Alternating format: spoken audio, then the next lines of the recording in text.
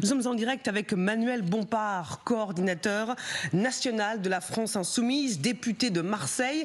Merci d'être avec nous en direct sur LCI. Vous avez entendu ce que disait Gabriel Attal. Il parlait d'un spectacle politique désolant pendant que certains s'échappent. Nous travaillons. Nous sommes prêts à travailler avec des gens issus de la droite républicaine, de la gauche républicaine. Est-ce que vous êtes prêts à travailler avec des gens issus du macronisme pour former un gouvernement d'union nationale? Écoutez, ce qui est désolant, c'est le sentiment que depuis le résultat des élections législatives, le président de la République s'accroche à son pouvoir comme une moule à son rocher. Et qu'en quelque sorte, il multiplie les initiatives pour essayer d'effacer le résultat des élections législatives.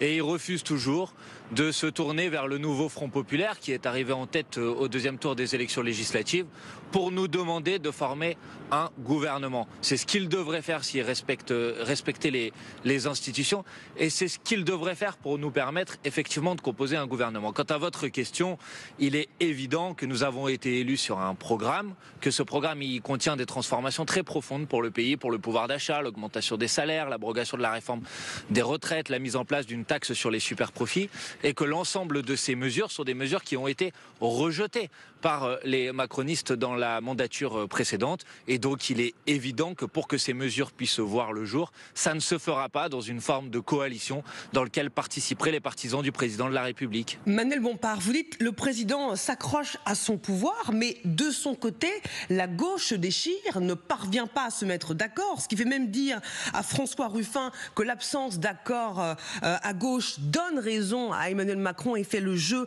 d'Emmanuel Macron. Vous n'arrivez pas à vous mettre d'accord sur un nom pour Matignon.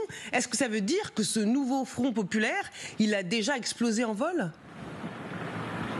Mais non, pas du tout. D'abord, il ne faut pas inverser les responsabilités. C'est le président de la République qui doit faire le geste, en quelque sorte, de s'adresser au nouveau Front populaire. Et s'il a besoin de coordonnées ou de contacts, il peut s'adresser par exemple aux responsables des différentes formations politiques du nouveau Front populaire, j'en fais partie, pour nous demander de constituer un gouvernement. C'est ça qui devrait être fait dans un premier temps. Et pour le reste, nous avons des discussions, elles prennent du temps, c'est vrai. Il faut dire que par rapport à ce qu'on a pu observer dans d'autres pays en Europe par exemple, le fait d'avoir besoin de quelques jours pour se mettre d'accord sur la composition d'un gouvernement, ça ne sort pas des normes qu'on peut constater habituellement. Donc on continue à discuter. On a fixé un premier objectif, c'est d'avoir une candidature commune à la présidence de l'Assemblée nationale. Le vote va avoir lieu ce jeudi et je forme le vœu qu'à l'issue de ce vote, effectivement, nous puissions reprendre les discussions pour nous accorder sur à la fois une candidature à la fonction de Premier ministre et sur un gouvernement qui pourra mettre en œuvre le programme du nouveau Front. Justement, parlons des éventuels noms pour Matignon. Pourquoi le nom de l'économiste Laurence Tubiana, qui est une femme de gauche, écologiste, qui vous a été proposé à vous, insoumis par le PS, écologiste et communiste pour Matignon, vous a fait, je cite, tomber de votre siège? D'abord, je veux vous dire qu'il ne m'a pas été proposé puisque les discussions sur la constitution d'un gouvernement sont suspendues pour l'instant dans l'attente justement du vote à la présidence de l'Assemblée nationale dont je vous parlais. Pour le reste, si nous avons un désaccord avec ce nom, puisque nous sommes interrogés sur ce nom, ce n'est pas pour des raisons personnelles, mais c'est précisément pour des raisons politiques. Je vous ai dit tout à l'heure que l'objectif devait être de constituer un gouvernement du nouveau Front populaire pour mettre en place le programme du nouveau Front populaire. Or, on nous interroge sur le nom d'une personne qui est sans doute très appréciable par ailleurs, mais qui signait il y a quelques jours une tribune dans laquelle elle appelait à constituer une coalition avec le macronisme. Et vous imaginez bien que ce n'est pas du tout le projet politique dont je suis en train de parler. Et donc c'est bien un désaccord politique que nous exprimons vis-à-vis de cette proposition de candidature à la fonction de Premier ministre. Manuel Bompard, comment peut-on continuer à discuter quand on entend certains insoumis comparer le hollandisme, donc François Hollande, à des punaises de lit? Vous avez quand même bien soutenu sa candidature aux législatives. Est-ce que ce sont des mots, des insultes à la hauteur des discussions politiques au sein d'un mouvement? Écoutez, franchement, je vois à quoi vous faites référence.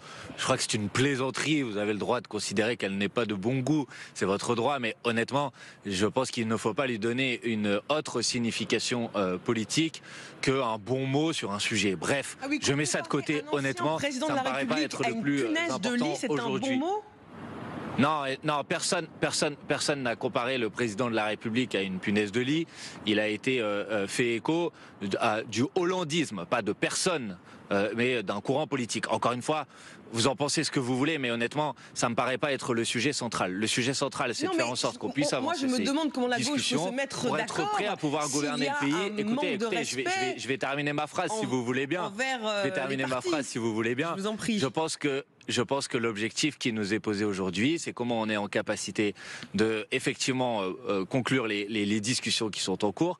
Parce que moi, je pense aux Françaises et aux Français qui ont voté majoritairement pour le programme du nouveau Front Populaire et qui veulent que ce programme puisse s'appliquer. Et aujourd'hui, si ce programme n'est pas en mesure de pouvoir s'appliquer, c'est parce que le président de la République essaye de trouver des combinaisons et des manœuvres pour effacer le résultat des élections législatives. Et ça, c'est intolérable. Et honnêtement, c'est un peu plus important que le tweet de telle ou telle personne sur lequel vous m'interrogez. Vous avez rédigé un courrier au nom du nouveau Front Populaire pour qu'aucun poste au bureau de l'Assemblée nationale ne revienne à l'extrême droite. Il est primordial, je cite le courrier, que chaque groupe politique prenne position. Marine Le Pen vous a répondu dans un message sur X. Ils sont tous unis, mais uniquement dans la détestation de la démocratie, du pluralisme et de près de 40% du peuple français. Est-ce que cet appel au barrage républicain au RN au sein de l'Assemblée est une démarche démocratique alors que le RN a obtenu 143 sièges? Mais madame, aucun d'entre nous ne considère que les députés du Rassemblement national ne doivent pas continuer à siéger à l'Assemblée nationale. Personne ne propose cette chose-là. Ce n'est pas le sujet dont nous sommes en train de parler. Nous sommes en train de parler des différentes fonctions à la présidence de l'Assemblée nationale, aux vice-présidences de l'Assemblée nationale. Et oui, j'assume de vous dire, comme je l'ai dit pendant la campagne des élections législatives, qu'en ce qui concerne la position de la France insoumise, elle reste constante sur ce sujet. C'est pas une voix pour le Rassemblement national dans les élections, c'est pas un siège de plus pour le Rassemblement national. Et en ce qui concerne l'Assemblée nationale, c'est pas une fonction pour que le Rassemblement national continue sa stratégie de dédiabolisation qui est à l'œuvre depuis maintenant plusieurs mois. Donc oui, j'assume cette position et il n'y a rien d'antidémocratique de dire que les députés choisissent librement la manière avec laquelle ils souhaitent affecter les différentes positions d'animation des travaux de l'Assemblée nationale. Oui, mais pourquoi l'idée d'un barrage républicain? Pourquoi empêcher un parti qui a eu un important groupe à l'Assemblée d'accéder à des postes stratégiques? Si ça correspond mais d'abord parce que à l'importance. Mais non, mais madame, parce que le Rassemblement national n'est pas une formation politique comme les autres. Et je crois que d'ailleurs, c'est aussi le message qu'ont envoyé les Françaises et les Français pendant cette campagne des élections législatives. Puisque alors qu'on a annoncé pendant des semaines et des semaines que le Rassemblement national allait gouverner le pays, il y a eu une mobilisation massive au deuxième tour des élections législatives pour les battre et pour les empêcher tout simplement de disposer d'une majorité absolue à l'Assemblée nationale. Et ben moi, en faisant cette proposition avec mes collègues, c'est à ce message qui a été exprimé massivement que je veux rester fidèle. Merci beaucoup Manuel Bon.